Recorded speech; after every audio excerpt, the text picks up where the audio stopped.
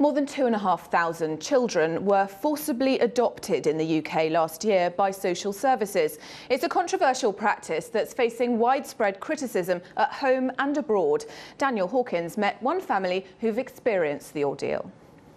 A room made for a little princess, but these toys will remain unused and the baby cot has never been slept in. Jane Harley's granddaughter has never even been home. After being born, the child was removed straight from hospital by the police and social services to prevent what they claimed was a risk of future emotional harm because of the father's criminal record. I went into the room, there were police there, 2 police officers and social services, and my daughter was crying and begging me to help her, and I said, "What's happening? What's going on?" The police told me to shut up, and every time I said, "Why are you doing this? What's happening?" I was told to shut up. Social services said that they were taking the baby. Jane and Neil applied to be guardians of the baby, offering to meet any conditions set out by the authorities and undergoing numerous assessments. But after a lengthy legal battle, the child was put up for permanent adoption. We would give our lives for our granddaughter. She loves us. She calls him Dad, Dad, me, Nan, Nan. At the end of contact visits, when we had to say goodbye, she would literally hang on to me here. Nan, Nan, Nan, Nan. She'd go all red in the face and they'd have to literally prise her off. One time it took 3 attempts to force her into the car seat. She was hysterical, screaming my name. Can you imagine what that's like? And I just have to stand there and let her go. Jane and Neil's story is part of a wider pattern.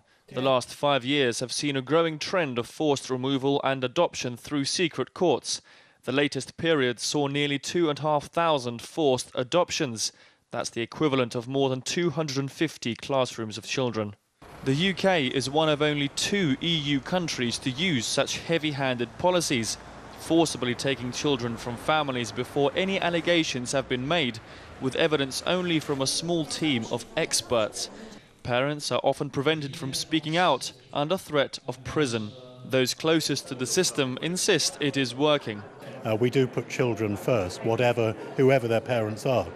Our legislation is very clearly based upon the welfare of the child principle, and sometimes that does get us into conflict with parents, but that's our legislation.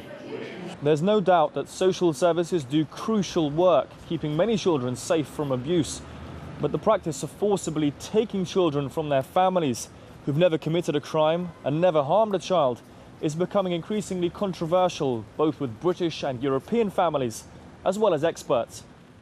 I don't think many people, certainly I don't, take the view that we should be trying to take children away from parents if there's the good prospect and a reasonable prospect that the parents or parents with help from their families, young parents with help from their parents as well, the grandparents, are going to be able to bring up the child. And for a child to have the identity of still being with their natural family is generally seen as very important for a child, and for parents who've had children to be able to bring those children up is important for the parents. Numbers of forced adoptions have fallen in recent months, but this is a drop in the ocean with the trend of recent years. Faced with strong criticism, the government may have to take a long look at its adoption policies, but this will be a small consolation to families like the Harleys, who have already lost their children. Daniel Hawkins, RT, London.